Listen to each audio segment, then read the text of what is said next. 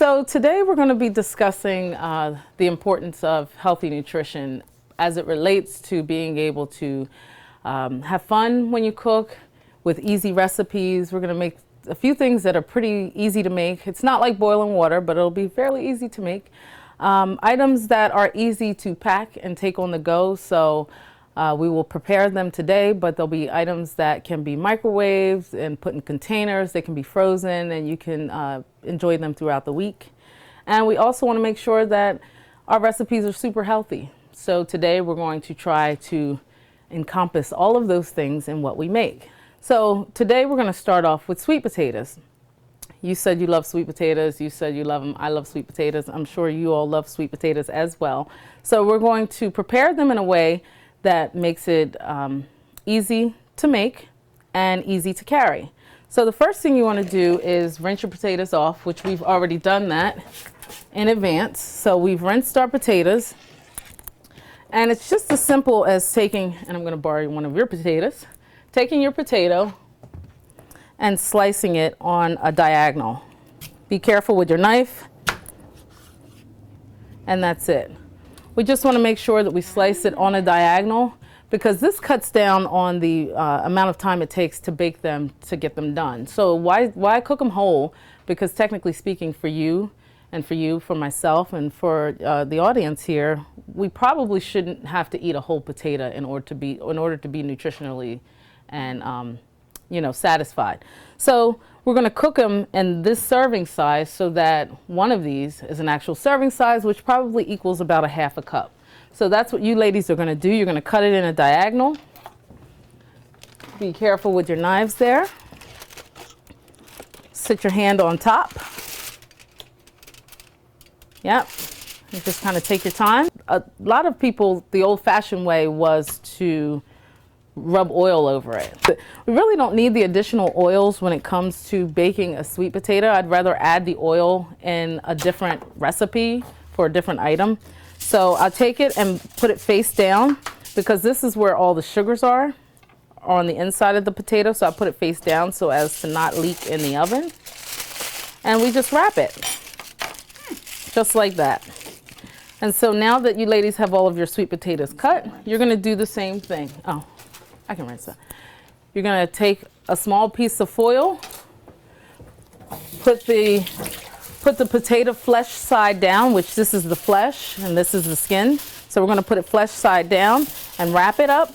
However you wrap it is good, as long as it's completely closed. So we can just put them in here. You want to lay them single file.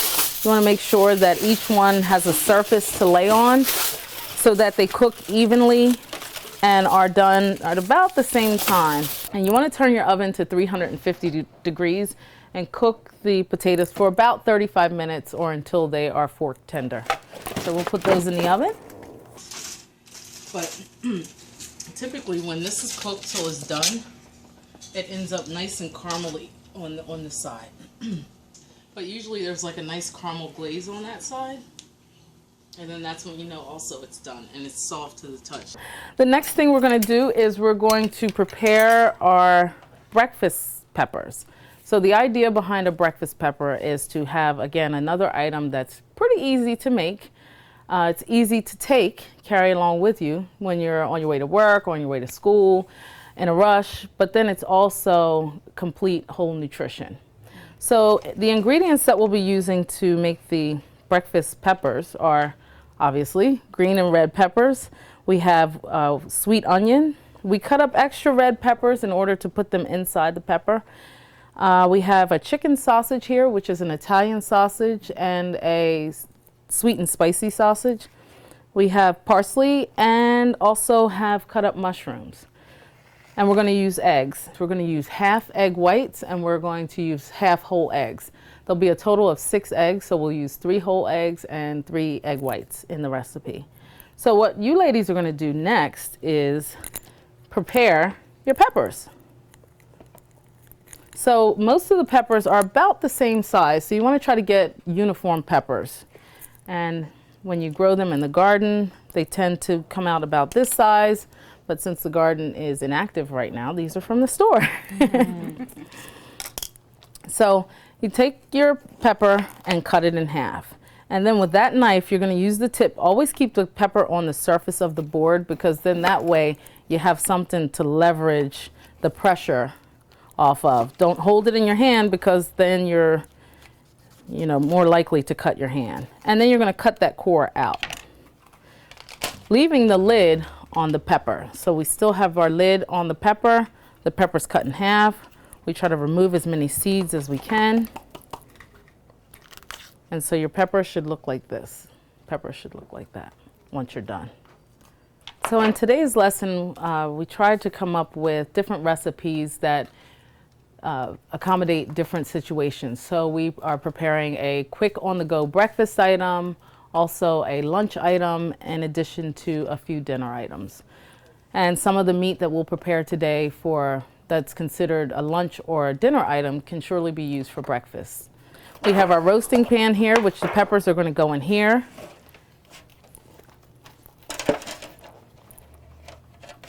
The peppers are going to go in on their skin side down. So if for some reason it's really, really lopsided, then we can always shave a small piece of it off. So for instance, with this pepper here, we could always shave a small portion of it off so that it would be flat. Again, with our egg mixture, we're using 3 whole eggs and 3 egg whites. Cuts back on the amount of fat, cuts back on the amount of cholesterol, and I believe it tastes better with a half and half mixture. Now these, I'm going to take and fish out the yolk, shuffling from one side to the next.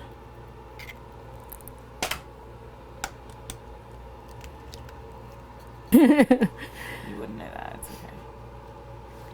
So we're going to get rid of that yolk. I'm going to beat it up. I add a dash of water to the eggs just to loosen up the egg mixture when I beat them up, and it makes the egg a little bit fluffier when you cook it. And I may have to mix up more egg, all depending on how full the peppers are. I'm thinking I need to add a little milk. Let's add a little milk to loosen that up. You're going to fill each pepper about halfway to 3/4 of the way with the egg mixture, and then fill it the rest of the way with vegetables and meat. Okay, you ladies can get started. So what I would do is I would take whatever meat I would want in my peppers and put that in first, and then put the vegetables on top. This is something that you can definitely make with children as well.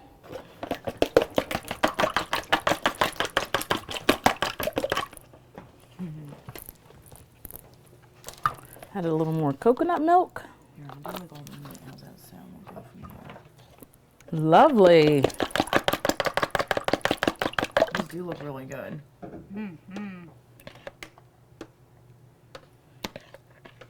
You can always, too, use shredded sweet potatoes and put that in there as well. So you can shred it with a grater and put sweet potato in there also, which adds an extra sweetness to the entire recipe, which I love.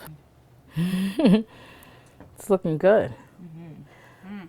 Beautiful. So now what you want to do is top it with little sea salt and black pepper. So one do the salt, one do the pepper. That's coarsely ground sea salt that we're using in this recipe. If you'd like to add a little additional spice, you can always add chipotle powder, or what I have in my hand is Mexican style chili powder to each of the peppers. That's what I like, right? Yes. This is right up your alley. And also, if you don't want to add the additional spice to all of them, you can wait until after they are done and top them with an organic chipotle salsa. So this is another great ingredient to add to the top of the peppers right before you go to eat them. So not necessarily when you take them out of the oven, but when you go to eat them. Keeping in mind the nutritional value in this recipe, we are using high density carbohydrates, which are your peppers, your mushrooms, your onions, the parsley.